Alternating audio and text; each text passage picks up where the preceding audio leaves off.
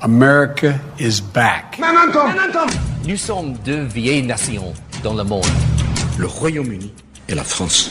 لن يتحقق لكم سلام بالعدوان وإن هذه الدماء بالدم تكون لعنة عليكم. نفديك يا أقصى. إن المعركة ليست معركة فرد وليست معركة جيش وإنما هي معركة شعب ومعركة أمة بأسرها. بيوتكم في انتظاركم، مساجدكم في انتظاركم، كنائسكم في انتظاركم، وهم لكم ولأولادكم. Vous écoutez l'Histoire en marche, un programme réalisé par Jalil Akhdar, coordonné par Sami Hahel et Marim Abdou pour vous accompagner au micro. Massacre de masse, déplacement, arrestation, destruction, effacement de l'identité, tous les qualificatifs pouvant être trouvés ne suffiront pas pour décrire la situation en Palestine occupée. Gaza est assiégée depuis plus de 16 ans. La Cisjordanie se transforme en territoire parcelé. Les familles sont coupées les unes des autres. Le club des prisonniers palestiniens a annoncé que les forces d'occupation arrêtent quotidiennement des dizaines de Palestiniens en Cisjordanie, conduits d'abord vers des centres de détention temporaires dans les colonies avant d'être transférés vers des centres d'enquête ou des prisons. Les arrestations sont généralement effectuées par des descentes la nuit ou encore à l'aube. Lundi 23 octobre, le prisonnier palestinien Sheikh Omar Hamza Dararmeh, 58 ans, a été assassiné dans les prisons de l'occupation quelques heures à peine après la sortie d'une vidéo le montrant en bonne santé sans le moindre symptôme de maladie ou de malaise. Le lendemain, les brigades Azzedine al-Qassam libéraient 2 otages pour des raisons humanitaires. Le témoignage de l'une d'entre elles jette le discrédit sur les discours politiques aux arguments fallacieux de l'occupant. Ma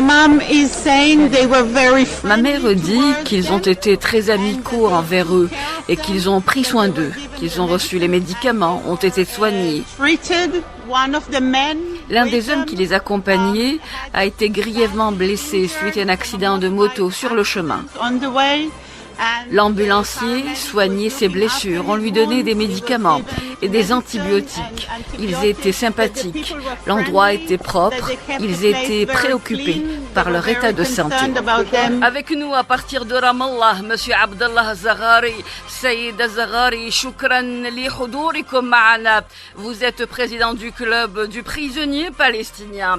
Sayyid Zaghari, عدد الأسرى في تزايد مستمر. ما هي الأرقام أو الأعداد المتوفرة لديكم؟ وثق لدينا في نادي الأسير الفلسطيني اعتقال ما يقارب 1265 مواطنا فلسطينيا منذ السابع من هذا الشهر. 1265 Palestiniens ont été arrêtés depuis le 7 octobre. Les prisonniers subissent des agressions. C'est des opérations punitives. حيث تجسدت عملية الانتقام والعقوبات الفردية والجماعية بحق المواطنين الذين اعتقلوا وعائلاتهم حيث قام جيش الاحتلال الإسرائيلي. L'armée d'occupation procède à des descentes régulières très tard dans la nuit, défonce les portes, agresse les femmes palestiniennes, saccage le tout dans un état d'hystérie et de sauvagerie né d'une haine profonde entretenue durant des jours.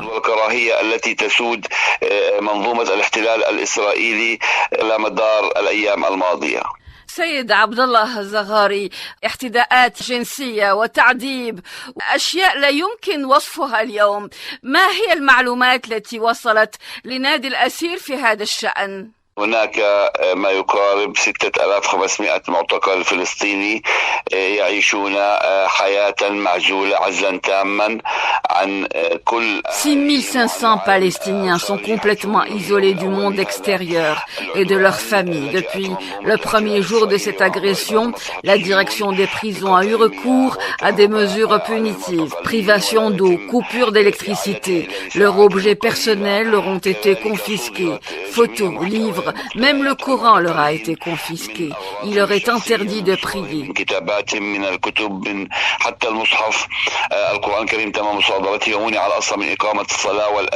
أصبح هناك حالة من الاكتظاظ الشديد وتعرض المعتقلون إلى الاعتداءات الوحشية من قبل السجانين بشكل مباشر حيث أن أعداد كبيرة من الوحدات الخاصة تدخل إلى Ils ont subi des agressions brutales de la part des geôliers. Des unités spéciales ont accès aux cellules. Les prisonniers sont privés de nourriture, frappés et maltraités. أصبح هناك وكأن عملية تجويع وتعطيش وانتقام غير مسبوقة تمارسها منظومة الاحتلال الإسرائيلي بحق المعتقلين. هناك قلق كبير، هناك اعتداءات وحشية، هناك معتقلون تم الاعتداء عليهم على وجوههم بأعقاب البنادق وبالبساطير وبالهراوات، وأصبحت أشكالهم مختلفة بسبب هذا العدوان المتواصل. لذلك هناك قلق كبير على حياة المعتقلين من قبل الأهالي الذين طالبوا منظمة الصليب الأحمر. Il y a une inquiétude grandissante de la part des familles qui demandent à la Croix-Rouge de procéder à des visites pour avoir des nouvelles. Les familles et les avocats sont interdits de visite. الأهالي ويقوم بتصفية أي منهم كما حدث في قضية تصفية الأسير الشهيد عمر دراغما. Il y a des craintes de liquidation physique, comme cela fut le cas hier avec le prisonnier, le martyr Omar Daragma.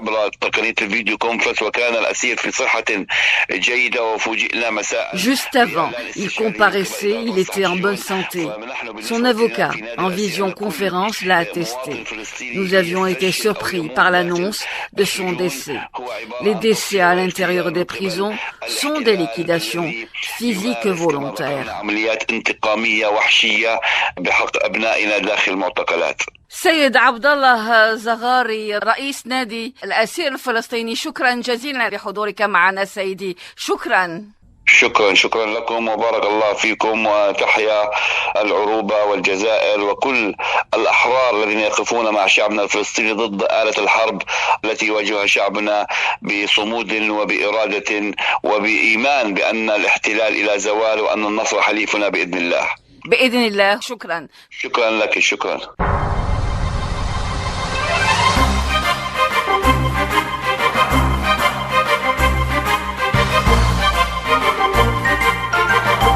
Depuis 20 jours, l'armée d'occupation lance d'intenses frappes aériennes et continue ce reza au cours desquelles 6546 Palestiniens ont été tués, dont 2704 enfants, 1584 femmes et 295 personnes âgées. 1600 Palestiniens demeurent sous les décombres. Ce sont plus de 12 000 tonnes d'explosifs depuis le 7 octobre qui ont été largués sur l'enclave, soit une puissance égale à la puissance de la bombe atomique lâchée par les États-Unis sur la ville japonaise d'Hiroshima en août 1945. Le secrétaire général de l'ONU rappelle que la situation actuelle est la résultante d'une occupation. Il est important de reconnaître que l'attaque du Hamas ne sort pas de nulle part. Le peuple palestinien subit une occupation étouffante depuis 56 ans. Je suis profondément préoccupé par les violations claires du droit humanitaire dont nous sommes témoins à Gaza. Que les choses soient bien claires, dans le cadre d'un conflit armé, aucune partie n'est au-dessus des lois humanitaires internationales. Avec nous en ligne à partir de Genève, M. Hani Abdelwaheb, membre du Conseil des droits de l'homme et de la Commission arabe des droits humains. M. Hani Abdelwaheb, des morts et des blessés par milliers. Que disent ces chiffres précisément? Des chiffres par ailleurs effarants. Ces chiffres effarants représentent la réalité d'un crime contre l'humanité qui se déroule malheureusement devant nos yeux, couvert par les caméras du monde entier, et personne ne dira qu'il ne savait pas.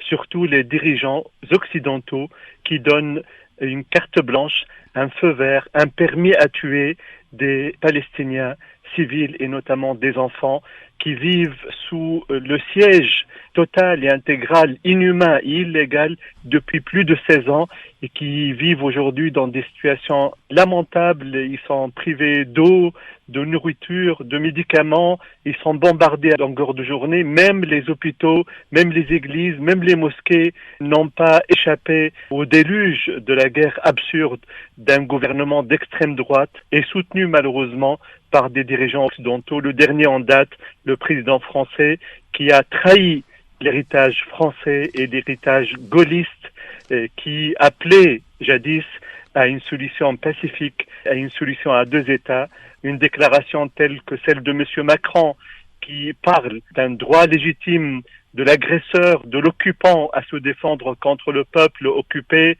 est quelque chose d'absurde. Déplacer les valeurs entre considérer la cause palestinienne comme une cause juste et considérer aujourd'hui que l'occupation israélienne est une cause juste, c'est une défaillance et une faillite morale d'un certain nombre de dirigeants occidentaux qui soutiennent ces crimes de guerre abominables, ces crimes contre l'humanité documentés aujourd'hui par vos confrères et consoeurs sur place. Le Conseil des droits de l'homme se réunit, toutefois, aucune résolution forte ne s'en dégage. Comment expliquer cela, monsieur Abdelwahab Hani? Alors, il faut distinguer deux choses. Premièrement, la position de l'ONU, qui est honorable, notamment la position du secrétaire général de l'ONU, Antonio Guterres, les déclarations et les positions du directeur général de l'Organisation mondiale de la santé, la déclaration tôt ce matin, dernières heures et hier soir, du haut commissaire des Nations Unies aux droits de l'homme, Volker Turk, qui considérait qu'il faut aujourd'hui un cessez-le-feu pour épargner les populations civiles et notamment les enfants. Ça, c'est au niveau de la position des organes de l'ONU. Malheureusement, la décision politique des organes politiques et notamment le Conseil de sécurité qui est bloqué par un veto, le veto russe au début et le veto américain et occidental après, et aussi la paralysie du Conseil des droits de l'homme. Mais j'espère que là, il y a des négociations pour appeler à une session d'urgence qui élargit le mandat d'enquête de la Commission indépendante internationale d'enquête présidée par la juge sud-africaine Navi Pillay, qui a dirigé par le passé le Haut Commissariat aux droits de l'homme et qui enquête sur les crimes de guerre et les crimes contre l'humanité de l'occupant israélien contre le peuple palestinien. C'est une commission d'enquête qui tarde à se faire entendre. Ce sont des massacres qui durent depuis plus de 15 jours. Faille-t-il attendre encore plus longtemps? Nous allons sans doute le constater dans les heures à venir. Tout à l'heure, monsieur Abdelwahab Hani, vous aviez évoqué la visite du président français. Emmanuel Macron propose, lors de cette visite, il propose une coalition contre Daesh. Il propose de l'élargir et d'y inclure le mouvement palestinien Hamas. Est-ce tout juste de l'indécence? Faille-t-il trouver un autre superlatif, un autre qualificatif, monsieur Hani Abdelwahab? C'est de l'indécence absurde, parce qu'on ne peut pas comparer une situation de conflit armé entre, d'un côté, une occupation coloniale militaire de longue durée qui dure depuis des décennies aujourd'hui et des mouvements de résistance palestinienne qui parfois utilisent des techniques, des méthodes qu'on peut questionner, certes, et le secrétaire général des Nations Unies a appelé à la libération de toutes les personnes civiles, ce que le Hamas a commencé à faire d'ailleurs, parce qu'il y a un statut des prisonniers de guerre et on ne peut pas détenir des otages civils. Et je pense que le Hamas l'a très bien dit et il a exécuté sa promesse de libérer les otages civils en distinguant entre le statut des otages civils et des prisonniers de guerre, des militaires israéliens ou des civils qui ont pris des armes pour combattre dans ce contexte-là. Donc il y a le droit international humanitaire qui s'applique et malheureusement, M. Macron, lorsqu'il essaie de déplacer la situation actuelle qui est un conflit armé entre un occupant étranger et un peuple en résistance avec différentes formes de résistance, elle a pris la forme de l'ELP, l'Organisation pour la libération de la Palestine, le Fatah et toutes les autres organisations. Aujourd'hui, il y a le Hamas et déplacer déplacer le débat vers la rhétorique de l'occupation israélienne qui dit qu'elle est en train de combattre des terroristes, là c'est absurde, c'est indécent et c'est inopérant. Parce qu'on ne peut pas légitimer aujourd'hui cette rhétorique israélienne pour dire qu'on élargit la coalition contre Daesh. La coalition contre Daesh était une coalition légitime sur le plan international pour combattre le terrorisme aveugle, absurde, mais on ne peut pas aujourd'hui la détourner et détourner la volonté des États de combattre le terrorisme, et notamment des États arabes, des États de la région, pour les amener à porter des armes contre leurs frères. Ça, c'est la logique coloniale de la France coloniale. Et c'est pas la logique de la France libre. Justement, il a rajouté ceci. La lutte contre le Hamas doit être sans pitié, avec toutefois des règles. Bila rahma walakin laysa bidun qawa'id. Les règles, lorsqu'on parle des règles, on parle tout de suite du droit humanitaire international qui régit les conflits armés, qu'ils soient internationaux ou non internationaux. D'ailleurs, dans cette libération des otages, c'est le comité international de la Croix-Rouge qui est intervenu pour libérer ces otages. C'est son rôle, suite à la médiation qatari et la médiation notamment d'autres personnalités palestiniennes. Ça, c'est le droit humanitaire international. C'est qu'il y a un conflit, il y a des règles dans la guerre. Dans les règles de la guerre, on épargne les civils. Ce que fait Israël, et notamment le gouvernement d'extrême droite, est une violation flagrante du droit humanitaire international. Le siège de Gaza est une violation du droit humanitaire international. Priver des populations civiles des médicaments, des vivres, de l'eau, de la nourriture, bombarder des églises, des hôpitaux, ça c'est une violation du droit humanitaire international. Ça c'est des crimes de guerre, ça c'est des crimes contre l'humanité. Et lorsque M. Macron parle des règles, il doit lire ces règles et il doit structurer son discours diplomatique autour de ces règles du droit humanitaire international qui régissent la situation du conflit actuel en Palestine occupée.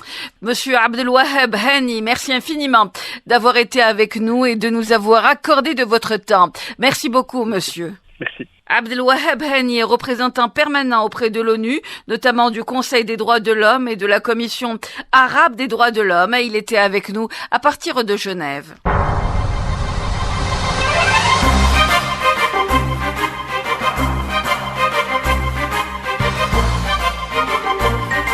Les hôpitaux, ceux qui ne sont pas encore pilonnés, débordent de blessés, ne fonctionnent plus, faute de carburant et de médicaments. Les corps s'empilent sur le sol des morgues débordées. Gaza manque de linceul pour couvrir les morts. Ahmed El-Mandari, directeur de l'Organisation mondiale de la santé, Proche-Orient, énumère une triste réalité. En ce qui concerne l'eau, l'électricité et le carburant, selon l'ONU, la Croix-Rouge et le Croissant Rouge, après 24 heures, ce sera une véritable catastrophe. Pas de carburant, donc pas d'électricité pour tous les habitants de la bande de Gaza en général et pour les établissements médicaux en particulier. Les bombardements tuent par milliers. Près d'1 million de Palestiniens sont déplacés devant ce désastre. Le commissaire onusien Volker Turk parle du droit à la vie. A tragedy above all for the Palestinian people.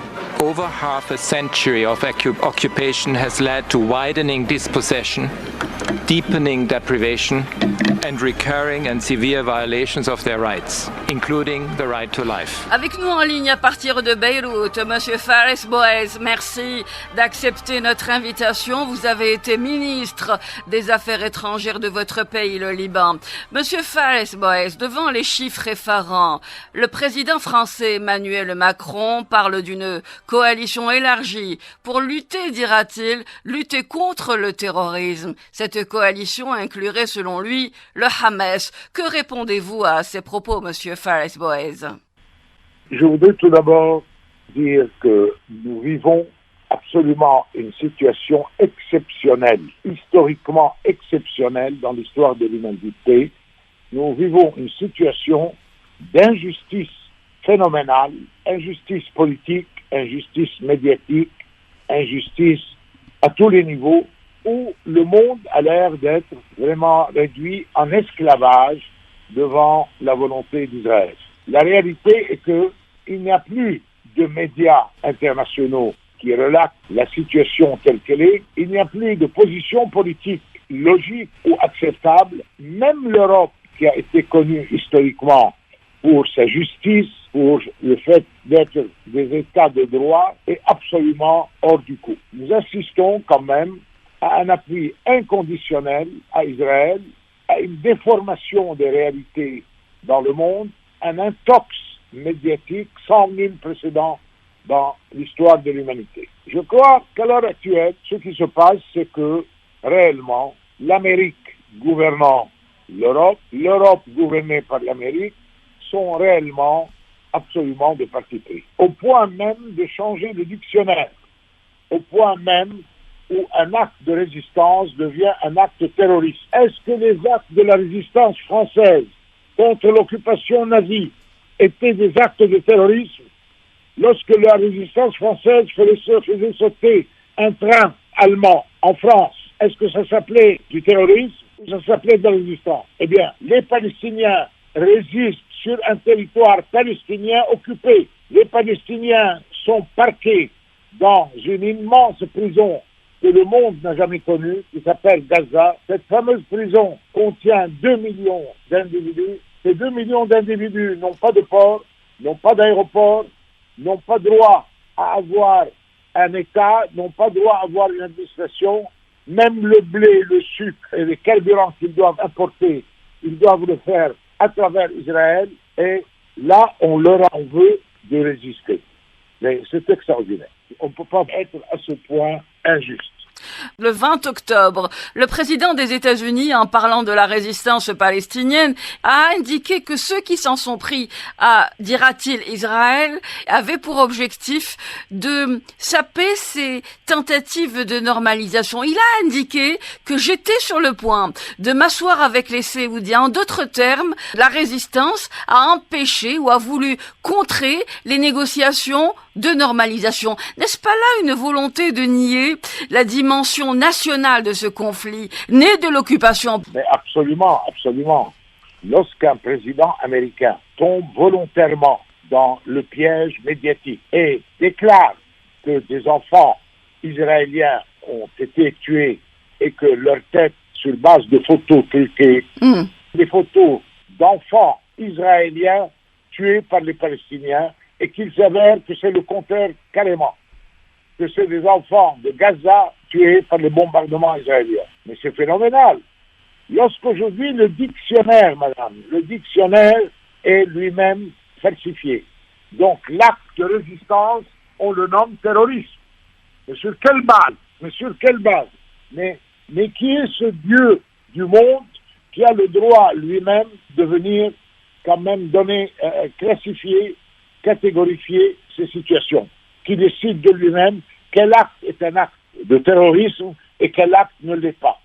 Quand le Palestinien se défend sur son propre sol à Gaza, c'est un acte de terrorisme, mais quand l'Israélien bombarde Gaza, d'accord, qui est un territoire palestinien, et bombarde des populations civiles, enfants, vieillards et femmes, d'accord, ça c'est un acte de défense. C'est phénoménal.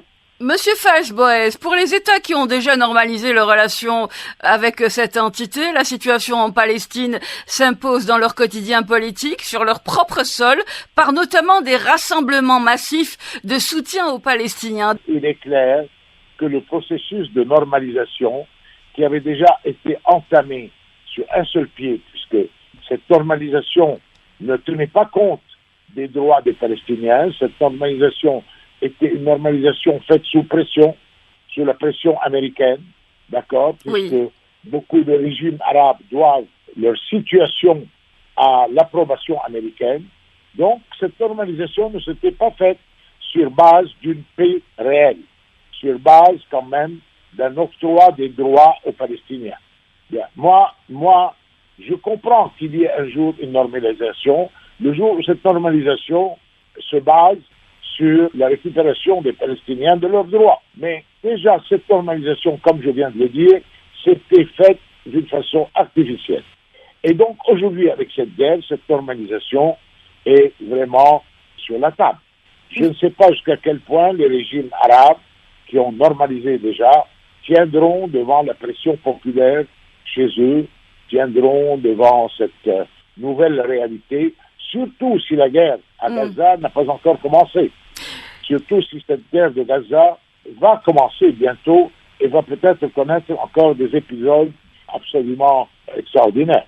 Cette normalisation va mettre face à face les dirigeants de ces pays face à leur peuple. Les peuples sont sympathisants de la cause palestinienne, les peuples sont sympathisants des Palestiniens et vont donc se révolter. Combien ces pays qui ont déjà normalisé peuvent résister à cette pression populaire, ça va dépendre dans chaque coin comment les choses se déroulent. Mais ce qui est certain, c'est que je pense que des pays comme la Jordanie, où vous avez une grande masse de personnes sympathisantes de la cause palestinienne, il est quand même sous pression. Je ne sais pas jusqu'à quel point beaucoup de pays ne seront pas un petit peu coincés, beaucoup de dirigeants ne seront pas coincés. Monsieur Faiz Boez, merci infiniment d'avoir été avec nous et de nous avoir accordé de votre temps. Merci beaucoup, monsieur. Merci.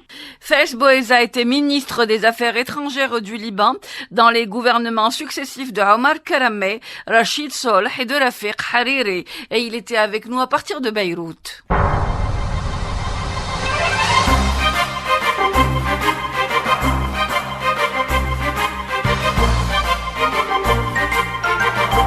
Le quotidien américain, le New York Times, écrit dans une récente livraison que les frappes israéliennes, dit-il, sur Gaza sont les plus intensives de ce siècle et ont dépassé en intensité les frappes menées par la coalition militaire dirigée par les États-Unis sur Mossoul en 2017 en un mois. Citant les estimations de l'organisation Air Wars qui archive les frappes aériennes dans les conflits, le quotidien rapporte que la coalition avait en mars 2017 tiré près de 5000 obus sur Mossoul, soit 2000 obus de moins que ce qu'Israël, dit-il, a tiré en moins de 3 semaines sur Gaza.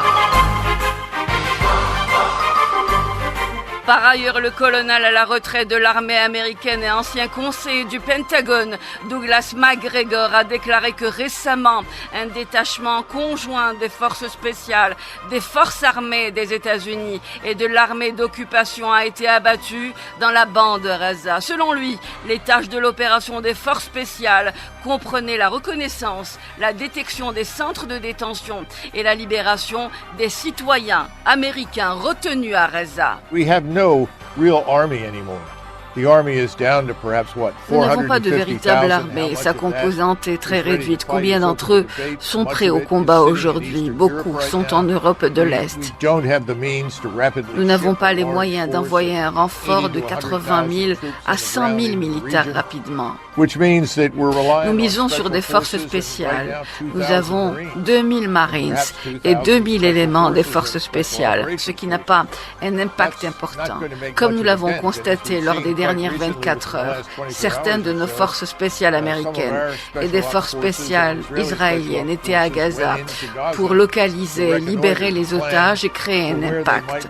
Ils ont été pris pour cible et ont enregistré d'importantes pertes. Je pense que nous allons vers l'inconnu. Je ne vois pas de victoire pour Israël et ce sera certainement plus difficile pour nous. Avec nous en ligne à partir de Beyrouth, M. Oussama Hamdan, membre du bureau politique du mouvement de résistance palestinien Hamas. سيد أسامة حمدان، شكرا لحضوركم معنا سيدي. طالبتم من الدول العربية والإسلامية ومن هيئة الأمم المتحدة تكثيف الجهود لفتح الممرات الإنسانية. بسم الله الرحمن الرحيم. الحقيقة نحن طالبنا ببذل هذه الجهود لأن من الواضح En réalité, nous avons demandé à fournir ces efforts car il est clair que l'administration américaine et les États alliés de l'entité sioniste veulent renforcer l'embargo contre le peuple palestinien. Ils offrent une couverture politique aux crimes qu'il commet et à ses massacres à Gaza. C'est pour cela que nous avons demandé une multiplication des efforts au sujet des couloirs humanitaires pour que l'ennemi sioniste et l'administration américaine comprennent qu'il y a une position arabe influente en ce sens, d'où l'importance d'une coordination renforcée. سيد أسامة حمدان، هناك حالة مساومة أو مقايضة من طرف الدول حليفة الكيان الصهيوني فيما يخص رهائن مقابل وقف قصف غزة. ما موقفكم من هذا؟ ما قولكم في هذا الشأن؟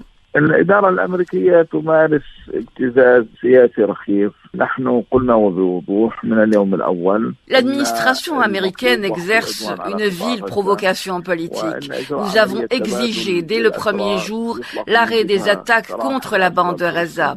Nous avons demandé que l'échange de prisonniers soit lié à la libération des prisonniers palestiniens dans les geôles de l'occupation, des civils de diverses nationalités détenus. Nous avons dit que cela n'a pas eu lieu par le biais de Kataib al-Qassem, mais que nous sommes prêts à collaborer en ce sens pour leur libération, en contrepartie de l'arrêt de l'agression contre Gaza, car les recherches exigent une organisation pour ne pas les exposer à un raid volontaire organisé par les Israéliens. Toutes les conditions doivent être réunies. Sur cette base, nous sommes disposés à coordonner, mais l'administration souhaite accorder aux sionistes plus de temps pour commettre plus de massacres et entraver ce processus de libération. سيد أسامة حمدان، فيما يخص الإدارة الأمريكية، هنالك مناورات عسكرية أمريكية يقال داخل قطاع غزة قامت المقاومة للتصدي لها. ما هي يعني المعلومات المتوفرة اليوم؟ هل هذا الخبر صحيح؟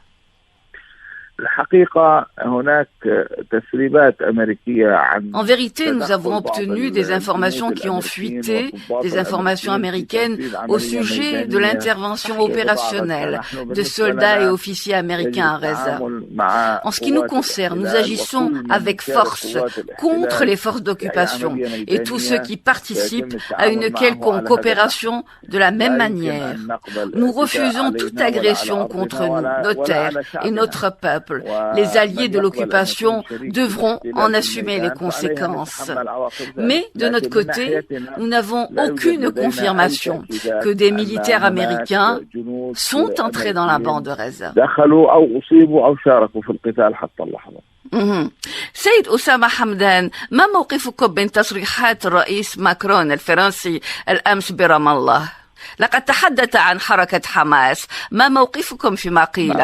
الرئيس ماكرون يكشف في مواقفه التي تحدث فيها عن عنصرية شديدة تجاه العرب والمسلمين. À travers ses propos, le président Macron révèle un racisme profond à l'encontre des Arabes, des musulmans et du peuple palestinien. Macron explique que si les Juifs sont tués, c'est parce qu'ils sont Juifs, oubliant que la France a expulsé des Juifs et qu'en 1936, des milliers d'entre eux ont été brûlés sur la place publique et qu'ils ne pouvaient même pas pratiquer leur religion. Ils le font depuis quelques 200 ans seulement. Au moment où ils cohabitaient avec nos populations, ils se réfugiaient dans nos pays. Votre pays est une illustration parfaite de mon propos. فر اليهود من اضطهاد أوروبا إلى بلاد العرب والمسلمين. بكل الأحوال تصريحات ماكرون تعبر عن عنصرية. Dans tous les cas, les propos de Macron sont l'expression d'un racisme et d'une méconnaissance de l'islam et du soutien de la France à l'entité, en dépit des crimes connus.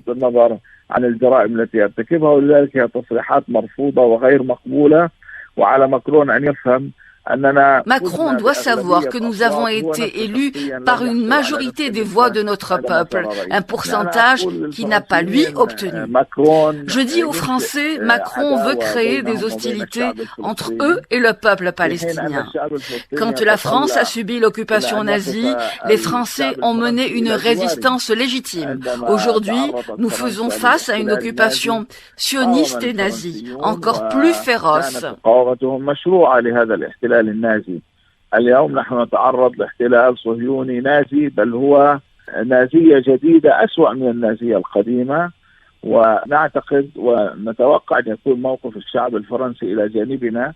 Nous souhaitons à cet effet et sollicitons le soutien nécessaire du peuple français pour notre droit à la résistance, un soutien humanitaire au profit des Palestiniens qui subissent des massacres. وأيضا توفير دعم إنساني وإغاثي للشعب الفلسطيني الذي يعاني القتل وترتكب بحقه المجازر. وللشعوب العربية المستمعة لهذا البرنامج والشعب الجزائري، ما قولكم السيد أسامة حمدان؟ هي مساندة للمقاومة الفلسطينية على وجه الخصوص. تفضل. الحقيقة أنا أقول للشعب الجزائري وللشعوب العربية لطالما عبرت هذه الشعوب عن انحيازها لفلسطين وقضية فلسطين. Je dis au peuple algérien et arabe plus globalement qui manifestent leur soutien à la Palestine, aux Palestiniens et à sa cause et à sa résistance, je leur demande de multiplier les efforts pour faire parvenir leur message aux différentes parties.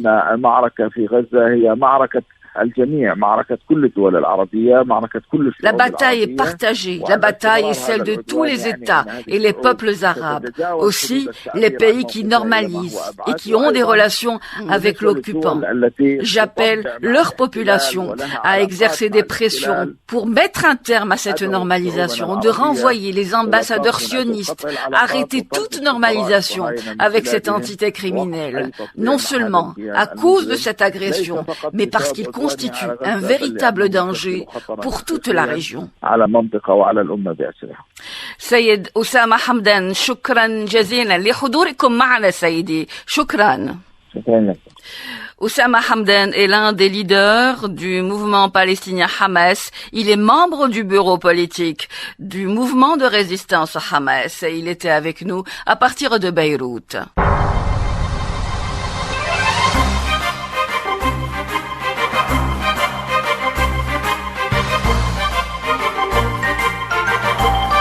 Le président américain Joe Biden a déclaré dans un discours prononcé dans son bureau ovale qu'il présentait au Congrès un package aérien qu'il a qualifié d'engagement sans précédent en faveur, dira-t-il, de la sécurité d'Israël. Le programme d'aide s'approche de 14 milliards et couvre des armes telles que des guides de précision, des munitions, le réapprovisionnement du dôme de fer et des pièces d'artillerie, des obus d'artillerie de 155 mm, des bombes de petit diamètre et des kits JDAM qui transforment les bombes non guidées en munitions de précision.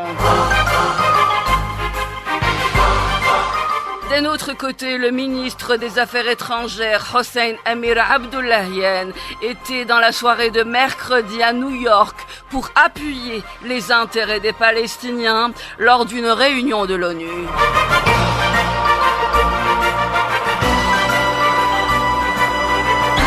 Avec nous en ligne, Monsieur Elie Jamanier, merci d'accepter notre invitation. Vous êtes spécialiste dans les évaluations politiques, la planification stratégique pour la région du Moyen-Orient et l'Afrique du Nord. Monsieur Elie Jamanier, qu'envisage aujourd'hui Téhéran? Compte-t-elle intervenir aujourd'hui dans cette région proche-orientale sur le plan militaire, je m'entends? Alors l'Iran a bien annoncé qu'elle ne va pas faire partie directement de la guerre, notamment que l'Iran a déjà pris sa part depuis plusieurs années à renforcer les groupes qui veulent combattre pour récupérer leur territoire, comme le Hamas, le Djihad islamique, le Hezbollah, et aussi à aider les Irakiens à récupérer son terrain contre l'État islamique Daesh. C'est pour cela l'Iran n'a pas besoin de faire partie de cette guerre maintenant. Même le Hezbollah, qui se contre l'armée israélienne, n'a pas encore élargi sa frontière. C'est pour cela les communications entre les Américains et les Iraniens indirectes ne sont que paroles de menaces, mais qui ne servent vraiment à peu de choses. Il vous semble que ces discours sont faits pour dissuader? C'est de cela qu'il s'agit, Monsieur Elie Jamanier? Pas du tout, parce que le premier jour que les Américains ont annoncé l'envoi de leurs porte-avions, plusieurs porte-avions d'ailleurs, 2000 soldats de groupe Delta, 2500 des Marines, le deuxième jour et tous les jours suivants, il y a eu des attaques contre les bases américaines en Irak. Oui. Il y a eu des attaques qui sont suivies sur la frontière libanaise. Il y a eu des attaques de Golan syriens occupés, c'est-à-dire un message que les Américains, on s'en fout de vos porte-avions. quelle lecture faites-vous du discours de Lindsey Graham qui menaçait directement l'Iran? Il peut tout faire, il peut tout dire, il n'a pas de pouvoir. C'est un membre du Congrès qui sert pour exprimer son soutien à Israël inconditionnel. Oui. Il ne regarde pas les partis humanitaires, les droits de l'homme, les lois internationaux, ça sert à rien. C'est quelqu'un qui fait un peu de la propagande pour seulement attirer les médias et exprimer la position des États-Unis quand il représente lui-même seulement. Monsieur Elijah Magnier, le Hezbollah menace de provoquer un véritable tremblement de terre. Ce serait également du spectacle. Quel est le degré de véracité de ces menaces? Alors, le Hezbollah a déjà créé un tremblement de terre dans la doctrine israélienne, c'est-à-dire, j'explique. Oui. Premièrement, c'est la première fois dans l'histoire d'Israël que la guerre ne se passe pas sur le terrain des autres. C'est-à-dire, c'est pas Israël qui a commencé une guerre et a envoyé son armée, c'est Hezbollah qui a commencé à attaquer les radars, les collines de radars israéliennes, et il a porté la guerre sur une ligne de démarcation qu'Israël n'a jamais connue dans toute sa vie depuis 1948. Deuxièmement, le Hezbollah a détruit toutes les caméras, les radars sur la frontière en forçant les soldats israéliens de sortir de leur cache pour s'assurer qu'il n'y a pas d'infiltration, et ça les a exposés aux missiles laser guidés de Hezbollah. Troisièmement, le Hezbollah a forcé la fuite de jusqu'à maintenant 48 petits villages israéliens de plus ou moins 100 000 habitants qui ne trouvent plus de place et qui ont commencé à profiter des tentes que Israël leur a offert, et ça n'est jamais arrivé dans l'histoire d'Israël. Quatrièmement, le Hezbollah a attiré vers lui 3 troupes israéliennes d'un total de 9, c'est-à-dire qu'il n'y aura pas 8 ou 9 qui vont se diriger vers Gaza, mais il y en a seulement 5, et il y en a 3 sur la frontière libanaise et en défense, c'est-à-dire